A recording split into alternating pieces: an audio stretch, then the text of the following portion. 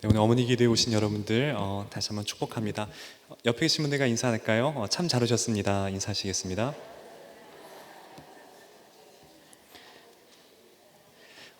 또 이렇게 인사했으면 좋겠습니다. 우리의 귀가 은혜 받았습니다 라고 인사하시겠습니다. 네, 오늘 정말 은혜 받으셨어요. 먼저 오늘의 말씀을 한 절 봉독하겠습니다. 시편 46편 1절에서 3절까지의 말씀입니다. 네, 제가 봉독해 올리겠습니다. 하나님은 우리의 피난처시오 힘이시니 환난 중에 만날 큰 도움이시라. 그러므로 땅이 변하든지 산이 흔들려 바닷 가운데 빠지든지 바닷물이 흉용하고 뛰놀든지 그것이 넘침으로 산이 요동할지라도 우리는 두려워 아니하리로다. 아멘. 네, 오늘 귀한 강사 교수님을 소개해 올리겠습니다. 오늘 피아니스트 우리 김철웅 교수님은 우리 평양 음악무용대학과 러시아 차이코프스키 국립음악원에서 수학하시고 약간의 나이 25살의 나이에 국립 교향악단에서 최연소 수석 피아니스트가 되셔서 거기서 활동하셨다가 이제 한국으로 오셔서 우리 백제예술대학과 한세대 그리고 서울교대 등에서 연구 교수님으로 활동하고 계십니다. 이렇게 제가 길게 양력은 더 많이 계시는데요. 짧게 이게 한 말씀으로 마무리하면은 천재 피아니스트세요. 그래서 굉장히 참 우리 귀한 분이 오셨습니다. 그래서 오늘 오셔서 내가 만난 하나님이라는 제목으로 또 말씀과 또 연주를 주실 때에 여러분들 심령 가운데 큰 은혜가 되기를 바랍니다. 우리 큰 박수로 함께 모시도록 하겠습니다.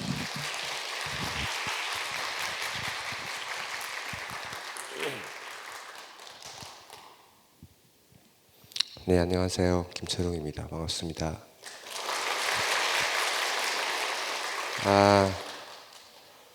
제가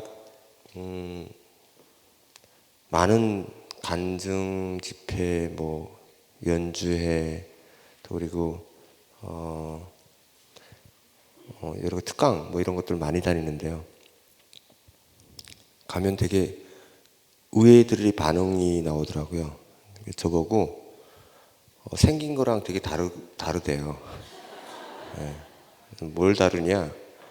제일 먼저 저더러 탈북자처럼 안 생겼답니다. 네. 그리고 참 피아노 안 치게 생겼대요. 그래서 일부러 제가 정장을 잘 안 입습니다. 오늘 그래서 특별히 내가 피아노 치는 사람이다 하고 이렇게 연주복을 입고 왔는데요. 사실 한신교회 이 옆은 계속 지나다녔어요. 여기 연습장도 있었고 오케스트라 연습장도 있었고 해가지고 나도 저 교회 가서 한번 간증하고 싶다 했는데 오늘 하나님께서 그 뜻을 들어주셨는지 오늘 이루어주셨습니다. 저는 고향이 평양입니다. 평양이고 평양음대를 나왔습니다. 평양음대를 나왔는데 평양음대에 저는 8살에 들어갔습니다. 8살에 들어가서 대학교를 14년을 다녔어요. 그리고 러시아에 유학을 했고 그런데 이렇게 가게 되면 장로님들이 점심을 사주든지 저녁을 사주세요. 그러시면서 꼭 그러시는 말씀이 있더라고요. 평양엔 이런 거 없죠? 이러시더라고요. 있거든요. 항상 저한테 약간 수식어처럼 따라붙는 단어가 있습니다. 탈북 피아니스트. 예. 탈북하게 하시게 되면 되게 얼마나 배고팠겠니 막 이런 생각들 드시잖아요, 그죠? 근데 저는 밥은 먹다 왔습니다. 예. 밥은 먹다 왔고 어렸을 때부터 피아노를 치다 보니까 나름 유복한 가정에서 선택받은 삶을 살다가 나오게 했는데. 그럼에도 불구하고 북한을 나올 수밖에 없었던 것이 바로 이 음악, 피아노 때문에 탈북하게 됩니다. 항상 제 강의의 초반 분위기 보게 되면 항상 이래요. 떨떠름한, 어쩌면 좋지, 그래서 되게 제가 연주복을 입었음에도 불구하고 아직 안 믿겨주시는 분들이 상당히 많은 것 같은데 제가 일단은 피아노 한 곡 치고 하겠습니다. 네. 뭐 봄날이고 여러 가지 뭐 어떤 곡을 선택할까 생각을 했는데요. 제가 첫 곡으로 선정한 곡은요, 쇼팽 넉턴입니다. 피아니스트라는 영화에서 OST를 삽입돼가지고 되게 유명해진 곡인데요. 넉턴의 20번인데요. 스필만이라는 유태인 피아니스트가 독일군 장교에 의해서 음악 때문에, 피아노 때문에 구출받은 아주 감동적인 영화였는데, 그 영화 스토리가 저랑 비슷하다라는 생각이 들어가지고 첫 곡으로 제가 쇼펜의 넉턴을 선택했습니다. 감사합니다.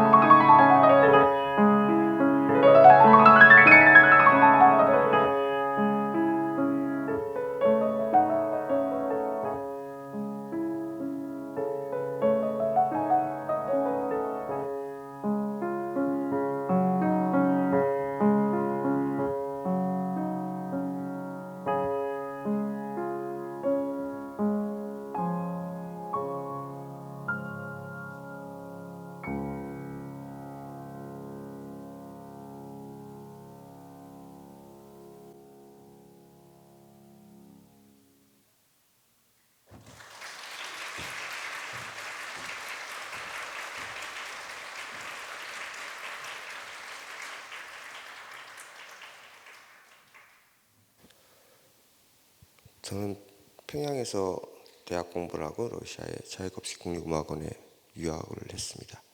평양 국립교향악단 수석 피아니스트였습니다. 저는 제가 북한에서 못할 수 있는 일이 있는 줄 몰랐어요. 그렇게 승승장구를 하던 날, 어느 날 갑자기 저에게 시련이 찾아왔습니다. 그게 뭐냐? 북에서는 음악을 전공한 사람이라야만 클래식을 외국 곡을 클래식을 악보나 CD를 듣거나 치거나 할 수 있습니다. 그것도 국가보입의 도장이 거민 도장이 찍힌 악보나 CD를. 일반인들 음악을 전공 안 한 일반인들은 북한곡 외에는 듣기만 해도 불법입니다. 감옥에 갑니다. 그런데 제가 러시아에 가서 듣지 말라는 그 곡들을 들었고 그 곡을 칠 수 있었던 기회가 있었습니다.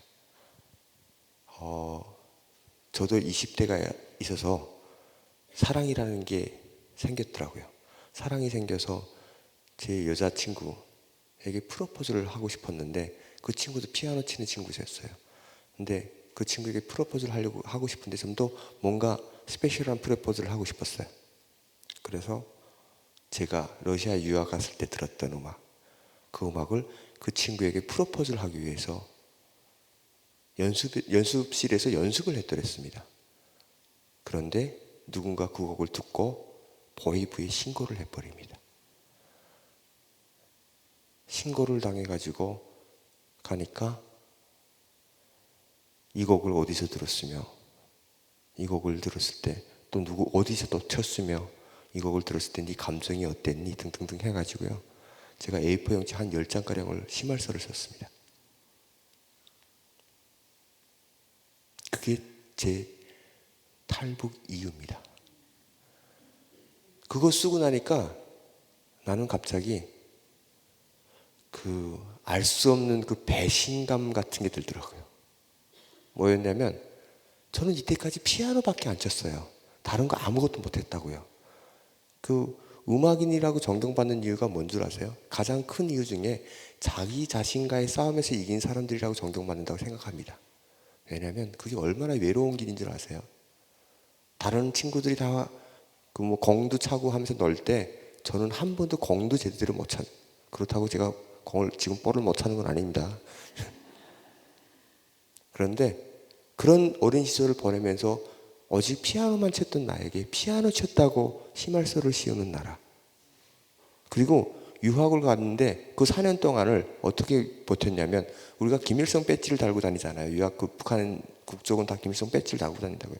김일성 배지만 달면 워낙 러시아라는 나라가 상당히 그 타민족에 대한 그 차별이 심한 나라임에도 불구하고 자기 민족에 대한 우월감이 상당히 높은 나라예요. 그런데 그 중에서도 까레스키, 그러니까 그러니까 까레스키라 그러면 되게 무시해요. 그렇게 무시를 당하면서도 왜 그 외국 가면 괜히 애국자 되는 거 있죠. 여러분은 다 무슨 말인지 알아듣잖아요. 그런 심정으로 내가 열심히 배워서 북한 음악을 좀 열심히 해야 되겠다. 이런 걸로 참고 견뎠는데 그 모든 것이 이게 내가 진정 바라는 음악의 모든 것인가? 라는 생각이 들었죠. 그래서 저는 한국에 오려고 탈북한 게 아니고요. 저는 피아노를 마음대로 칠 수 있는 나라. 차라리 러시아에 가면 친구들도 있고 또 선생님도 있고 하니까 그 나라에 가려고 탈북을 하려고 마음을 먹었죠. 그런데 탈북을 할 수 있는 나라가 북한에서는, 한국에서는 다리로 이 사람의 어떤 그냥 맨몸으로 어떤 운전기계 없이 갈 수 있는 나라가 없잖아요. 그죠? 비행기 안 타면 갈 데가 없어요. 배 안 타고 비행기 안 타면. 우리나라 섬나라가 됐어요. 북한이 맡겨서요. 근데 북한은 다행스럽게 강이 있어요. 강이 있다 보니까 그 강을 건너면 된다 보니까 제가 강을 건너야 되겠다. 당시에 또 중국으로 탈북하는 사람 소문도 많고 해가지고 강을 건너기로 결심을 했습니다. 또 이 타이밍이 되면 또 나는 이렇게 막 저를 노려보시는 눈길을 보시면 되게 무서워서 말이 안 나와요. 네. 저랑 무슨 이렇게 사전에 만났거나 뭐 제가 돈을 빌려드거나 이런 건 아니잖아요. 그죠? 네. 분위기 좀 말랑말랑해지라고 한 곡 치고 하겠습니다. 네. 그 곡 때문에 탈북을 했던 곡이죠. 과연 무슨 곡일까 궁금하실 텐데요. 여러분들은 아마 거의 이 곡은 다 아실 겁니다. 그 프랑스의 팝 피아니스트죠. 리차드 클라이더만. 리차드 클라이더만의 가을의 속삭임이라는 곡인데요. 이 곡이 팝이기 때문에 북한에서는 금지하는 곡입니다. 과연 이 노래가 왜 금지지? 들으시면 의아해 하시겠지만 북한에서는 이런 곡이 안 됩니다. 한국 와서 이 곡을 한 10,000번은 친 것 같아요. 네, 꽤 많이 쳐가지고 리차드 클라이더만 홈페이지에 제 사진이 있어요. 그럴 정도로 되게 많이 친 곡인데요. 리차드 클라이더만의 가을의 속삭임, 범이지만 기어는 비슷하잖아요. 한번 느껴보시기 바라겠습니다. 감사합니다.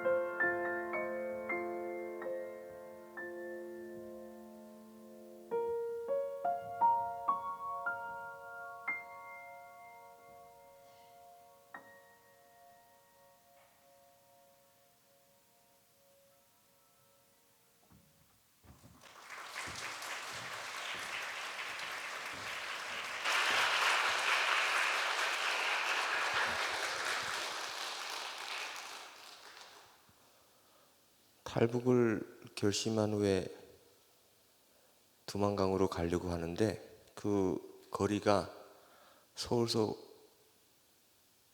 부산만한 거리예요. 그 함경도, 두만강이 있는 함경도 지방이 가려면.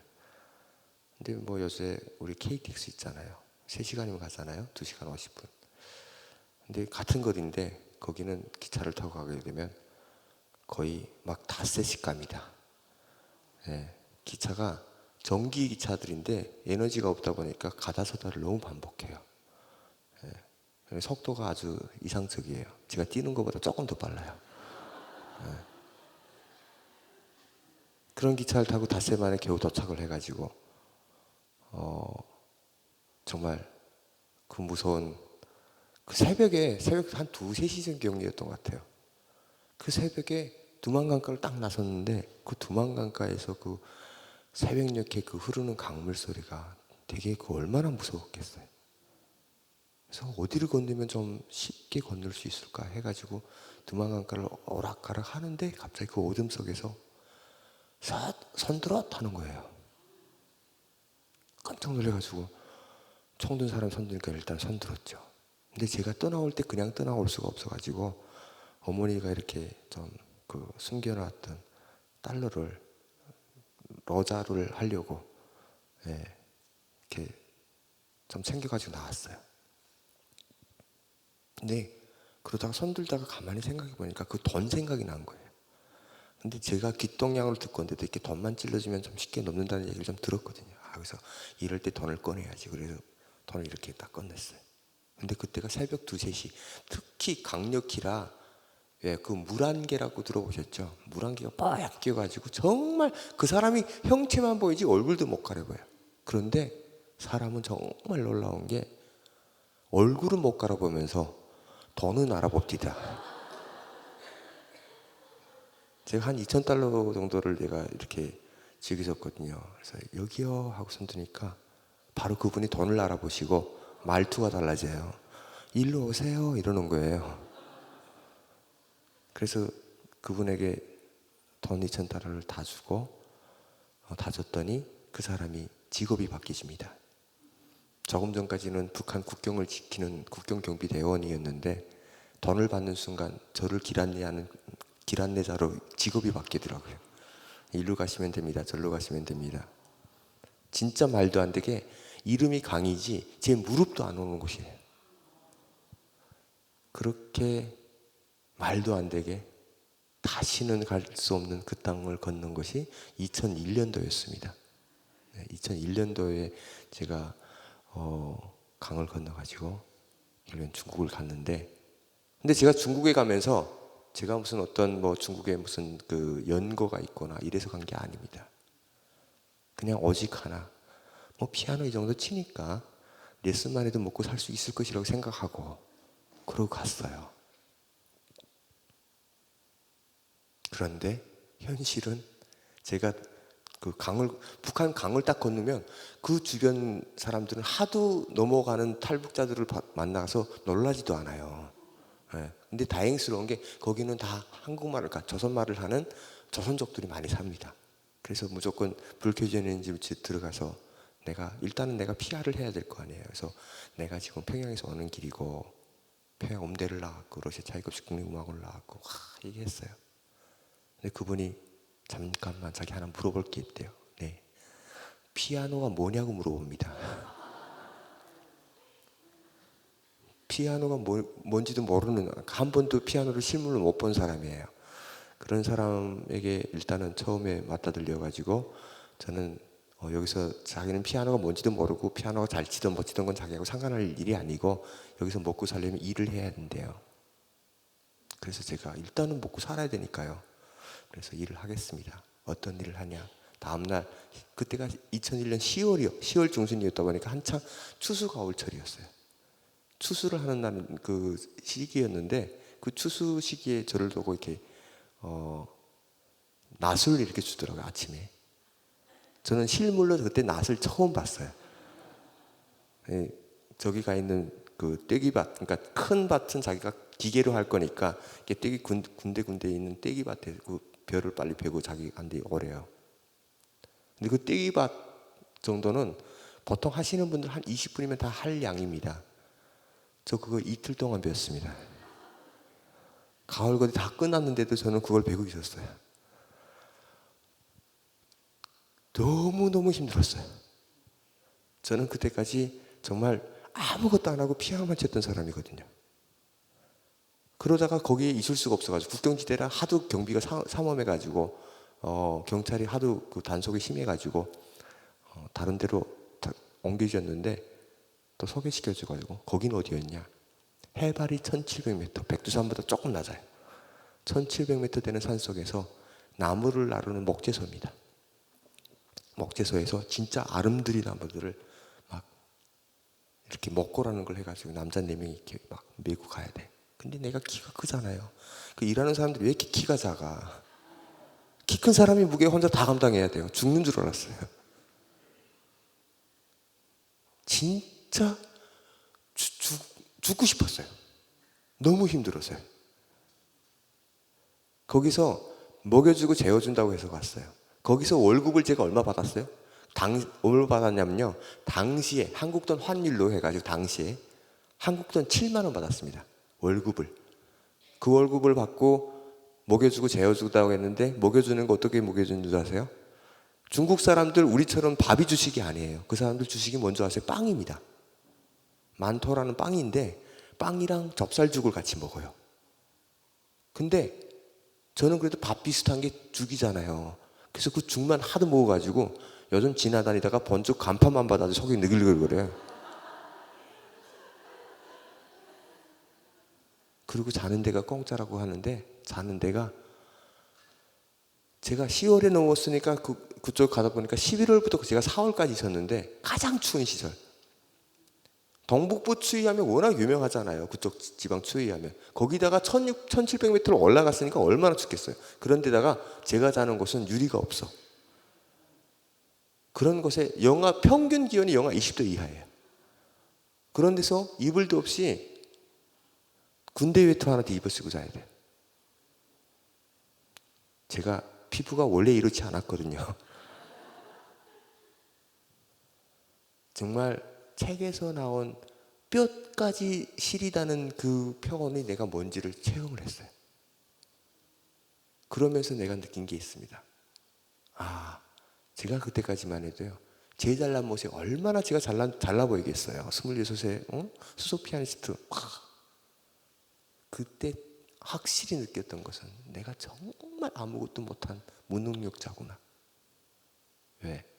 내 이 조그만 몸뚱아리 가릴 천조각지가 없어가지고 내가 추위에 떨고 있고, 이 조그만 배 채울 수기를 없어가지고 굶주림에 떨고 있고, 어디든 나를 기댈 한 조각, 이 집 한 채도 못 마련하는 내가 얼마나 무능자인지 그때 처음 알았어요. 정말 죽고 싶고 막 외롭고 미치겠는 거예요. 거기서 가장 미치도록 힘들었던 게 뭐냐면 나한테 희망이 없는 거예요. 그런데 죽지 않은 이유가 뭔지 아세요? 나는 이유가 분명히 있었어요. 누구도 컨트롤 안 하는 저 피아노 마지막 건반 치기 전에는 억울해서 못 죽겠더라고요. 그래서 살았습니다. 이를 악물고 살았어요. 눈물 한 방울, 힘들어도 눈물 한 방울 안 보이면서 살았어요. 그러다가 누가 막 듣다가 버린 라디오를 하나 주웠어요. 거기는 조선족도 힘들다고 안 올라옵니다. 그러니까 전부 중국말만 해가지고 저는 정말 중국말을 정말 속성으로, 영어 그냥 현지에 가세요. 그러면 배워요. 거기다가 살아야 되니까, 경찰 왔을 때 중국말을 해야지 살아남으니까 정말 밥 먹는다 뭐 이런 모든 단어를 눈치로 다 배웠어요. 한 4개월 동안. 그런데 거기에는 한국말을 할 데가 없는 거야. 내가 오죽하면 한국말을 잃어먹을까 봐 세수 물 떠놓고 세수하면서 세수물에 비친 내 얼굴을 보면서 안녕하세요 이럴 때니까요. 그러다가 라디오를 막 들었는데 당시에 라디오에서 뭐가 나오냐면 KBS 사회교육방송, 요즘에 한민족 방송으로 바뀐 AM 방송이 있어요. 그게 막 나오는데 나는 그 한국말이 너무 좋은 거예요. 그래서 그 방송을 하도 들어서 저는 이 한국에 입국하기 전에 한국의 탤런트 이름 다 외고 왔잖아요. 그래서 좀 지루해가지고 채널을 좀 돌렸더니 무슨 방송이 나오냐면 놀랍게도 국동방송이 나옵니다. 국동방송이 막 나오는데 난 처음에 북한 방송인 줄 알았어요. 왜? 노래들이 전부 북한 노래 같아. 어떻게? 찬송가가 전부 북한 노래 같아요. 가사를 가만 새겨 들었더니 가사가 심통이 또 나한테 하는 얘기 같아요. 천부의 의지가 없어서. 정말 의지하고 싶었거든요. 가사 그 노래만 부르면 눈물이 왈칵 쏟아져 나와. 너무 힘들고. 그러던 어느 날 저에게 저보다 먼저 탈북한 친구가 하나 왔어요. 저는 중국 사람인 줄 알고 처음에는 키도 조그마고 그러니까 니하오 하고 인사를 했더니 이 사람이 안녕하세요 하고 한국말을 하는 거예요. 이야, 이런 한국말을 할 수 있는 사람이 같이 있다는 게 얼마나 의지가 되는지. 근데 이 사람은 저보다 먼저 3년 전에 먼저 탈북한 사람인데 이 사람은 중국의 조선족 교회랑 교회는 다 다니면서 10원만 주세요 5만 이렇게 살아서 온 거예요. 근데 중국이 워낙 크잖아요. 한 바퀴를 쭉 도니까 딱 3년이 걸리더래요.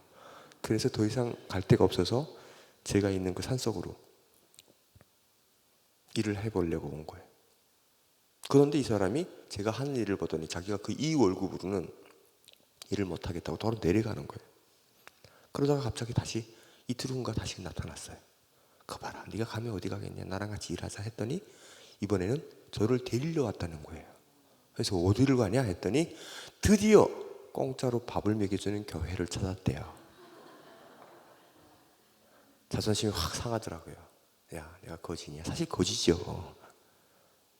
내가 돈이 없지, 가오가 없냐 해가지고 나 안 간다 이랬는데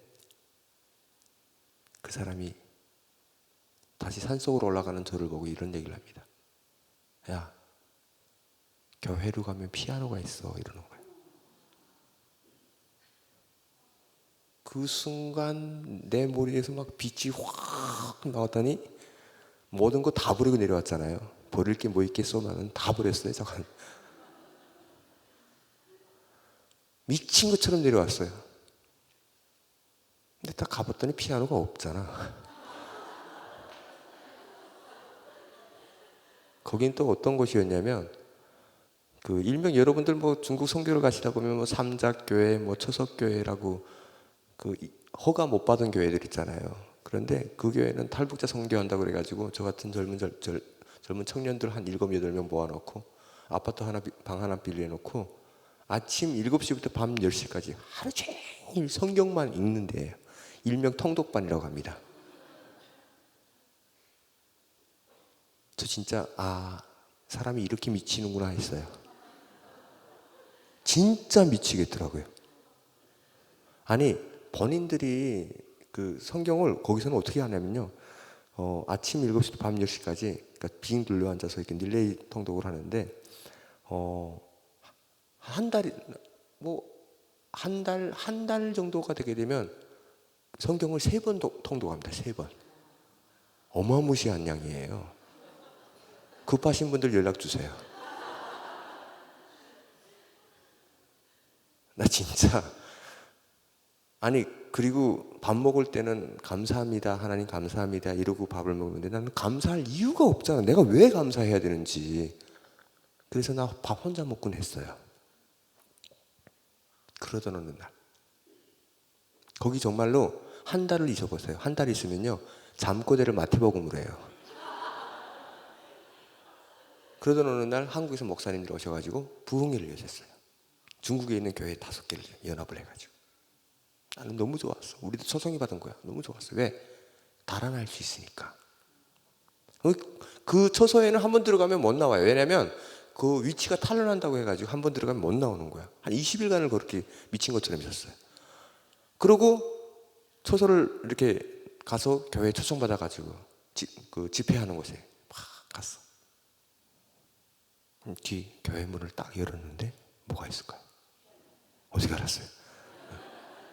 피아노가 있는 거야. 피아노가 있는데 한신께는 역시 이름답게 내가 핑계를 못 대겠어. 피아노가 하도 좋아가지고. 다른 교회 가면 피아노 좀 안 좋으면 내가 좀 못해도 피아노가 왜 이래요? 나 이러는데 스타웨이 이런 고급한 피아노가 아니고 상당히 이상한 피아노. 업라이트의 색깔도 시뻘건 러시아제 피아노였는데 어느 정도 이상하냐면 88개 건반 중에 한 50개가 소리가 안 나. 그런 피아노. 근데 나는 그 피아노의 형체만 봤음에도 불구하고 갑자기 여기서 막 뜨거운 게 올라오더니 눈물이 왈칵 쏟아지는 거예요. 너무 감동해가지고 말을 못하겠더라고요. 피아노 형체만 봤는데도. 그리고 기적이 일어났습니다. 제가 난생 처음으로 내 무릎에 꿇리고 내 두 손이 모아지고 내 입에서 난생 처음, 생애 처음으로 기도가 나옵니다. 그 첫 기도가 뭔지 아세요, 여러분? 어디서 그동안 들은 건 있어가지고 하나님 감사합니다. 이 피아노 보게 하여 주신 것만 해도 아버지 감사합니다. 제가 이 피아노 때문에 너무 힘들게 너무 어렵게 왔습니다, 아버지. 우리 하나님은 이런 분이십니다. 내가 뭘 원하시는 것을 아시는 분이십니다. 그 순간에 성령님이 오셔가지고 나는 단 아무 말도 안 하고 5글자만 했습니다. 하나님 감사합니다. 그리고 내가 얼마나 피아노를 치고 싶었겠어요. 그래서 막 가서 피아노 뚜껑을 막 여는데 누가 막 달려와가지고 뚜껑을 도로 꽝 닫아요. 그 교회 피아노 반주자야. 왜? 너무 피아노 안 치게 생겼대요. 그때 제 꼴이, 지금도 뭐 피아노 안 치게 생겼는데 제 꼴이 정말 하도 심한 스트레스와 육체적 그 고통으로 인해서 제가 몸무게가요, 제가 키가 이래봬도 83입니다. 그런데 몸무게가 당시에 48kg 정도 나갔어요. 48kg.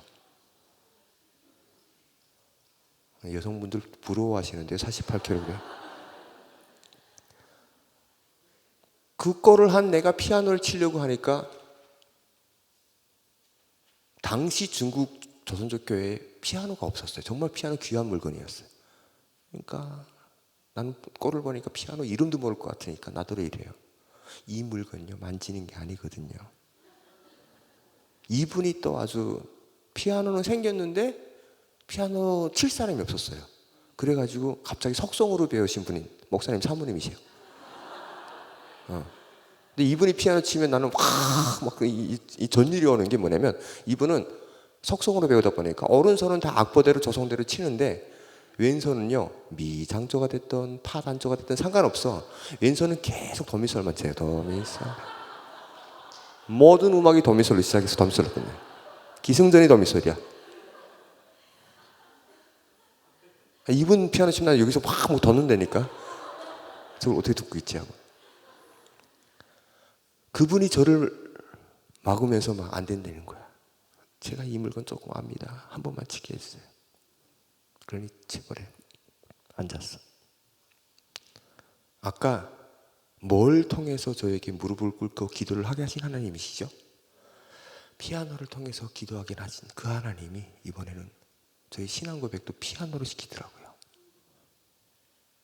저는 깜짝 놀랐어요. 제가 왜 그 많은, 제가 그때 당시에 배운 피아노만 횟수만 해도 20년 가까이 피아노 친 사람인데 얼마나 많은 곡들이 이 머리에 저장되어 있겠습니까?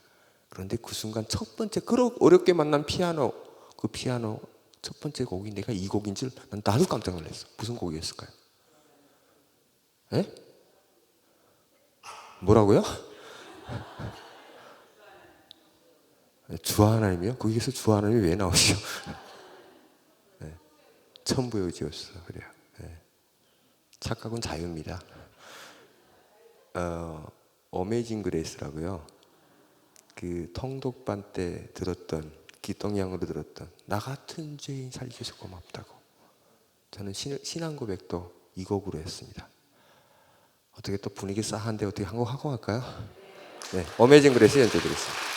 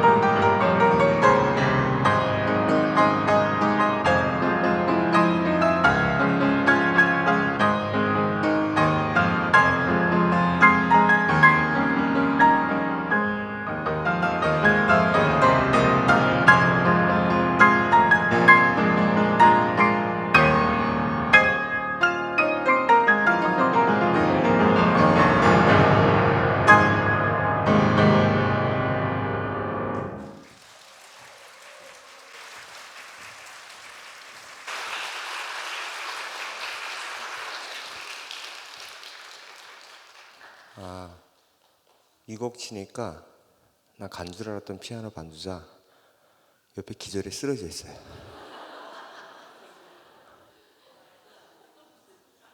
그리고 목사님들이 점심 식사하시다가 막 뛰어나오시고, 그래가지고 그날 점심 못 먹고 부흥회 바로 시작했고요. 저는 그 즉시 그 교회 피아노 반주자가 됩니다.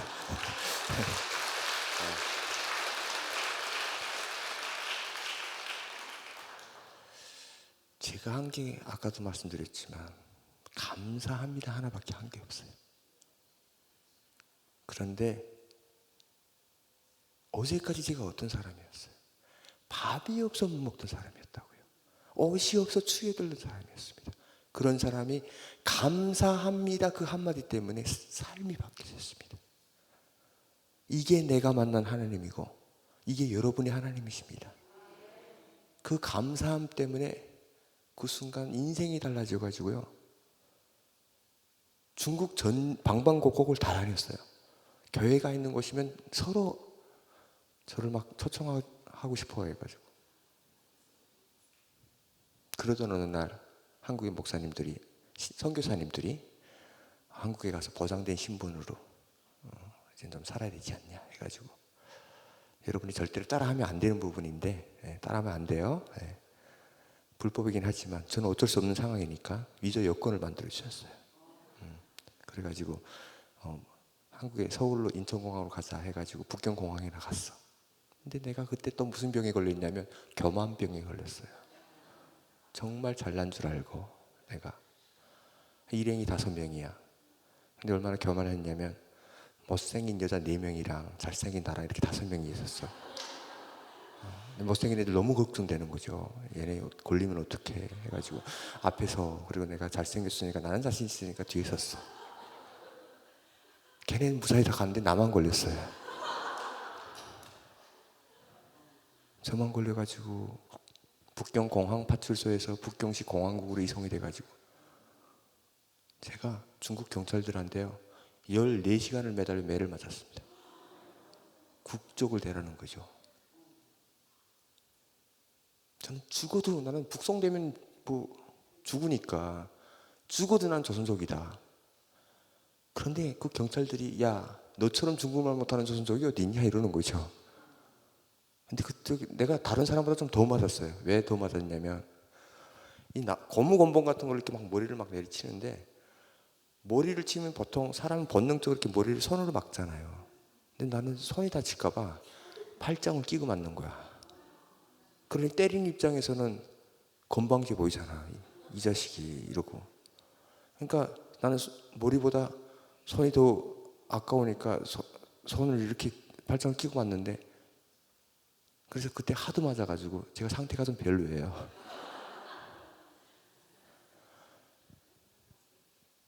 그럼에도 불구하고 저는 정말 정신을 잃을 때까지 맞았어요. 그러다가 얘는 틀림없는 북한에서 온 애다 해가지고 북송을 시키더라고요. 그래서 국경까지 가는 열차에 가는데 걔네는 경찰이 7명이 따라다녀요. 걔네 인구도 많잖아요. 한 명이 허송하는데 7명이 따라다니더라고요. 손발을 다 수갑을 채우고. 근데 여러분들, 우리 크리스찬들이 가장 위급한 순간에 나는 우리 하나님이 우리 크리스찬들에게 주신 가장 큰 은혜 중에 하나가 나는 뭐냐면 기도하는 것이라고 생각합니다. 아마 그 기도가 없었으면 저는 지금 이 자리에 없을 겁니다. 하나님 살려주세요 이래야 되는데, 하나님이 시키시는 기도는 하나님 살려주세요가 아니더라고요. 하나님 잘못했습니다. 내가 교만했습니다. 살려주세요. 2번도 말고 딱 한 번만 살려주세요. 이러고 기도를 하던 끝에 화장실을 가겠다니까 화장실 갈 때만 손발을 풀어줘요. 그래서 화장실에 들어가서 안으로 문을 걸고, 여기서 무슨 기적이 안 일어나면 난 북에 가면 난 죽습니다. 하나님. 눈을 딱 뜨니까 열차 화장실 창문을 버려요. 근데 보통 그 호송차 화장실은 이렇게 세살창으로 막아서 탈출을 금하게 되는데 그 화장실은 그게 없더라고요. 살창이 없더라고요. 그래서 야, 이게 뭔가 무슨 기적이 아닐까라고. 화장실 창문을 손잡이를 잡고 쭉 올렸더니 쭉 올라가. 야, 이건 정말 하나님은 정말 살아계신 하나님이시다. 이러고 떨어지려고 보니까 기차가 속도가 하도 빨라. 떨어지면 그냥 죽을 것 같아요. 이건 아닌 것 같은데, 뭔가 다른 게 있을 것 같은데 이러고. 근데 여러분 기차 타보셨잖아요. 보통 화장실 창문에 보게 되면 승강대 바로 옆 문이 화장실 창문이잖아요. 그죠? 이쪽은 타봤는데 이쪽은 안 타봤네. 그러니까 기차에 이렇게 승강대가 오르면요, 옆에 그 화장실 창문이 있다고요. 좀 반응 좀 해주세요. 예. 그런데 제가 이렇게 창문을 상반신을 내밀고 좌우를 이렇게 살폈어요. 그런데 너무 허걱했던 게 뭐냐면 바로 옆에 승강장 창문에서 경찰이 라면을 이렇게 먹다가 나랑 눈이 이렇게 딱 마주친 거야. 지금 웃으시는 분들 진짜 피도 눈물도 없는 분들이에요. 내가 그때 얼마나 놀랐겠어. 깜짝 놀래가지고 딱 봤는데 기적은 그때부터입니다. 네. 한숨까지는 아직 아니에요. 기적은 그때부터인 게 이 사람 나를 못 보는 거예요. 그 순간 알 수 없는 믿음이 생기더라고요. 그분이 함께 하시는구나. 밖으로 막 손을 더듬어가지고 옆에 승강장이니까 승강장 손잡이 올라가는 손잡이가 딱 잡혔어요. 그걸 확 잡고 밖으로 몸을 확 날렸어요. 그랬더니 다리가 올라가는 승강대 그 계단에 다리가 닿이더라고요. 열차는 계속 달리고 있는 참이에요 지금. 그런데 절대로 180 이하는 시도하지 마세요. 키 커야 가능한 거예요.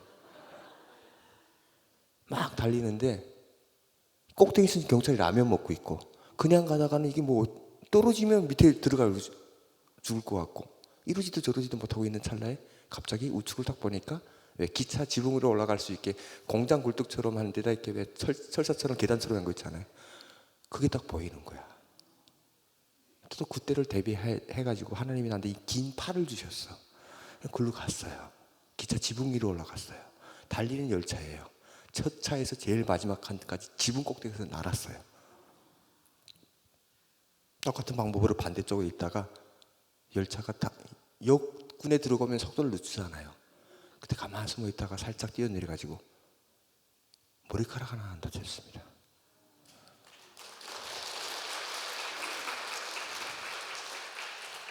참, 나는 한식교회가 좋은 게, 특히 어머니 기도회가 좋은 게 박수 타임을 너무 잘 맞추세요. 네.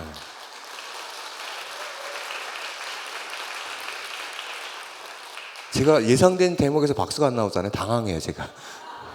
막 뭐라 그래. 결국엔 그러고 다시 처소에 돌아갔더니 목사님들이 난리가 난 거야. 쟤는 손가락은 피아니스트고 몸은 제임스 본드구나 해가지고. 내가 그 다음부터 내 오록이 생겨났어요. 하나님이 함께 하시면. 헐리우드에서도 그렇게 하기 힘들다는 액션물이 NG 한 장면 안 되고 그대로 나온다. 진짜 007이었어요. 달리는 열차에서 꼭대기에서 볼 못 차고, 그러니까 공 한 번 못 차보고 자라난 내가 그런 행동을 할 줄은 정말 상상도 못했어요.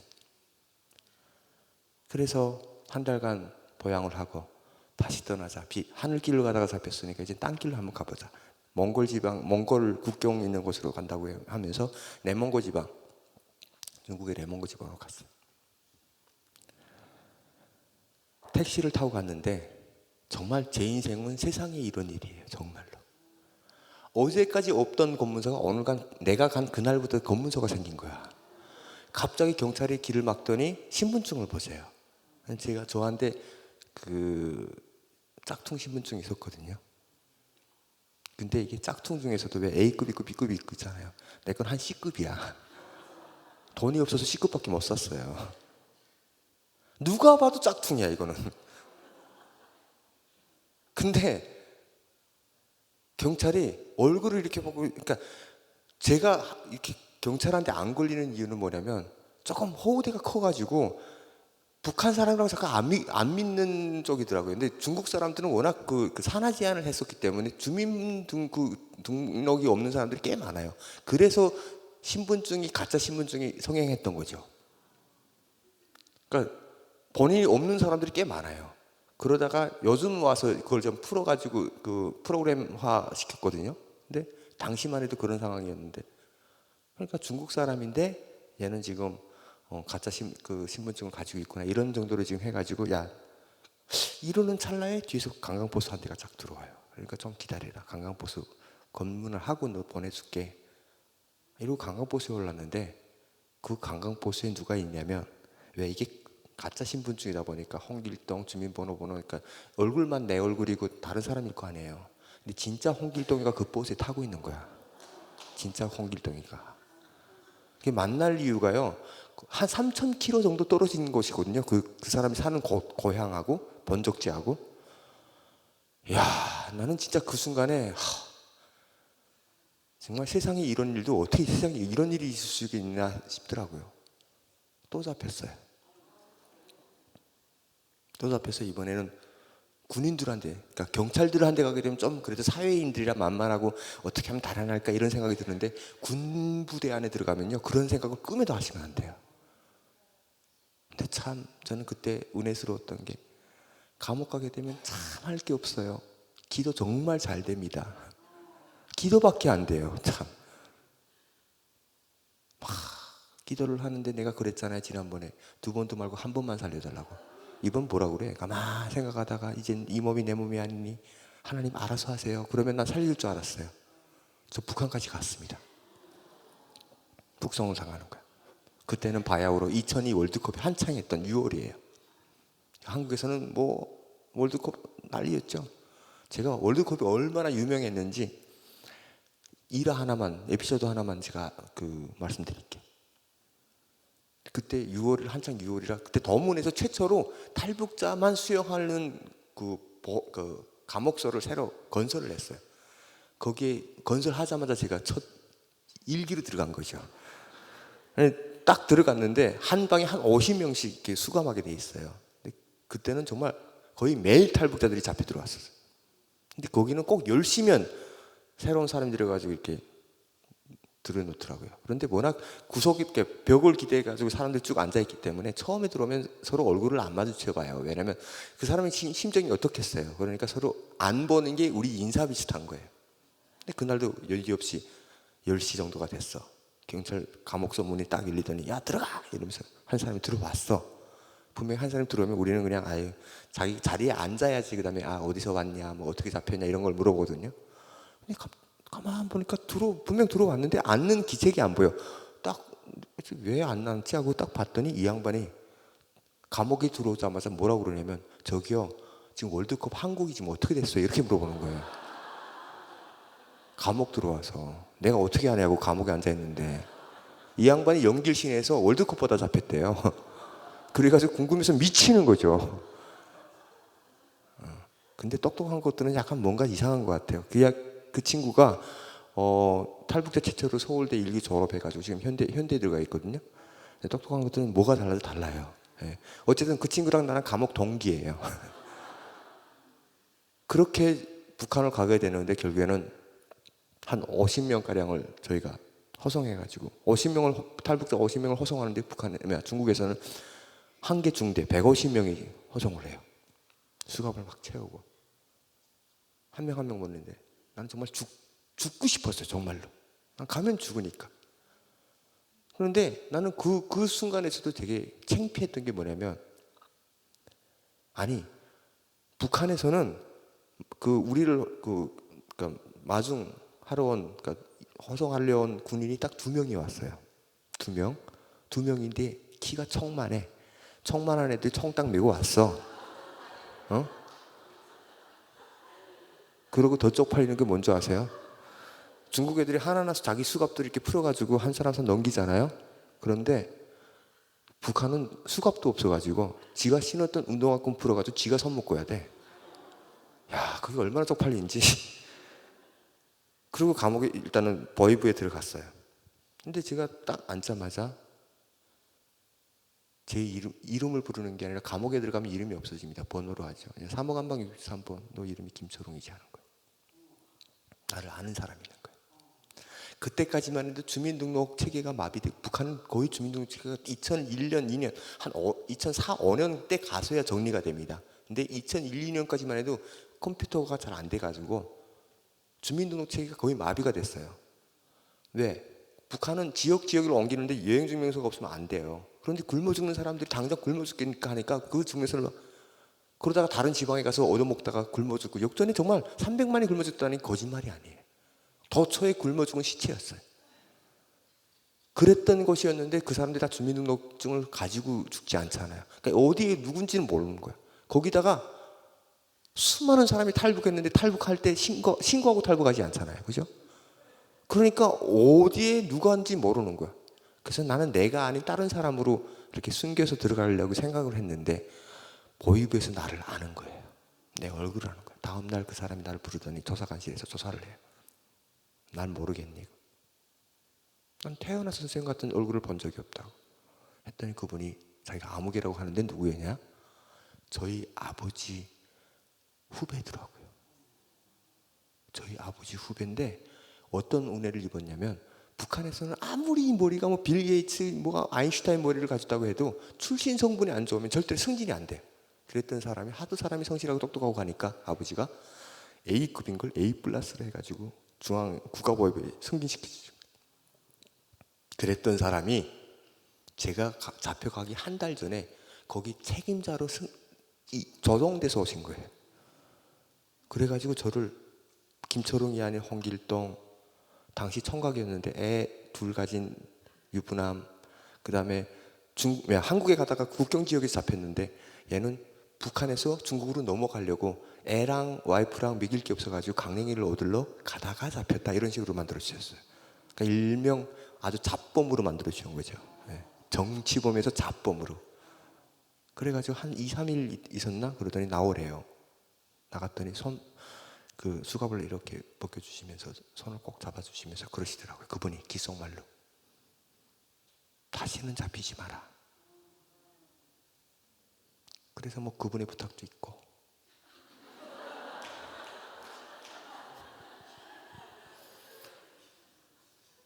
인천공항에 도착을 했는데요. 너무 화가 나더라고요. 어처구니가 없고 이렇게 허무할 데가 없더라고요. 나는 이렇게 오기 힘든 한국이 비행기 타니까 53분이 걸리더라고요.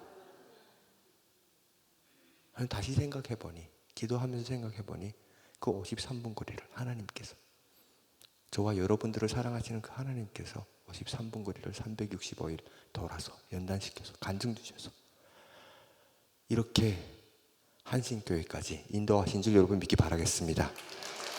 네. 내가 만난 하나님을 네 가지로 간추려 보겠습니다. 첫째, 우리 하나님은요, 낮고자 하는 자 높이시고 높고자 하는 자 낮추시는 하나님. 항상 겸손한 신앙생활 하신 여러분 되시기 바라겠습니다.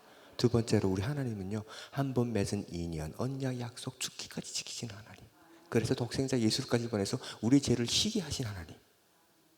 그 하나님께 신령의 신앙생활 하시는 여러분 되시기 바라겠습니다.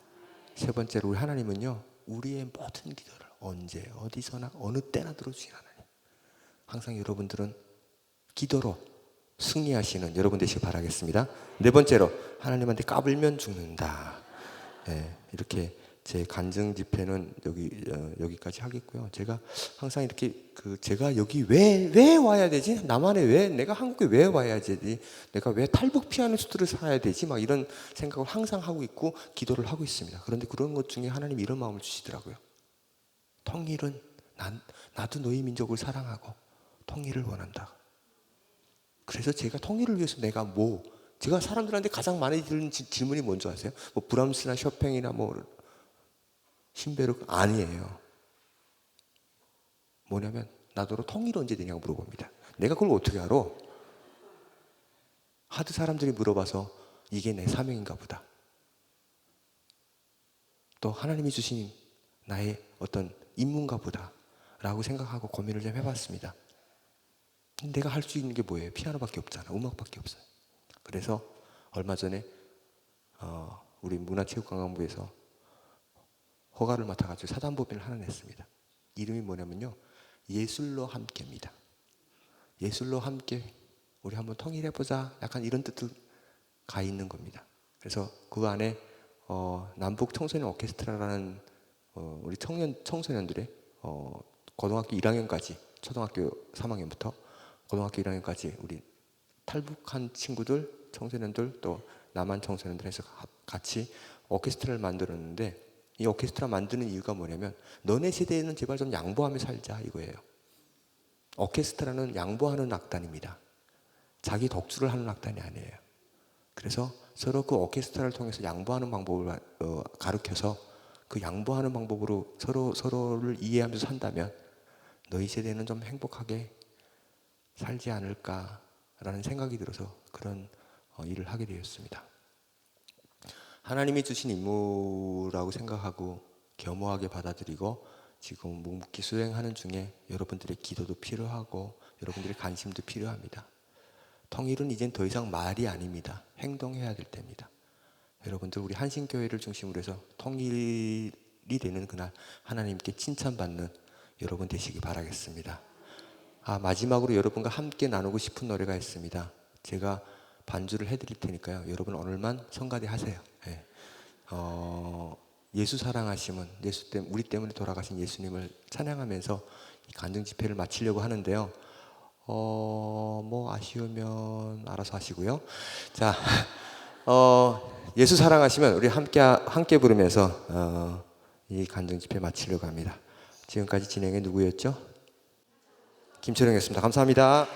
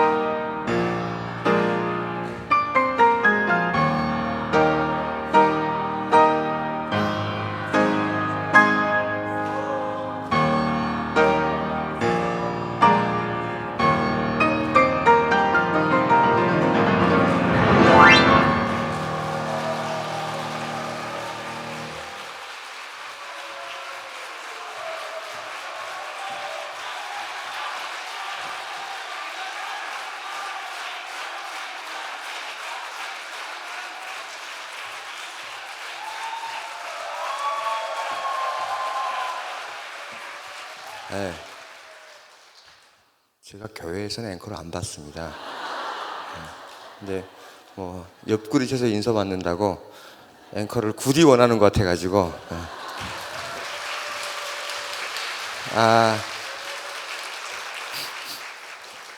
제가 한국 생활 중에 편곡한 아리랑이라는 곡을 칠까 하는데요.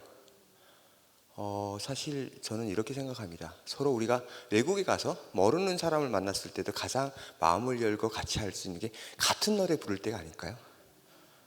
그런 심정을 남북이 같이 부를 수 있는 노래가 뭐냐고 생각해 봤더니 아리랑이 거의 유일하더라고요. 그래서 아리랑에 내 마음을 닮았습니다.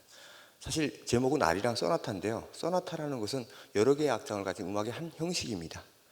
그런데 제 소나타는 1악장밖에 없습니다. 왜? 아직 통일 안 됐잖아요. 이 악장은 여러분들이 완성시켜 주길 바라겠습니다. 감사합니다.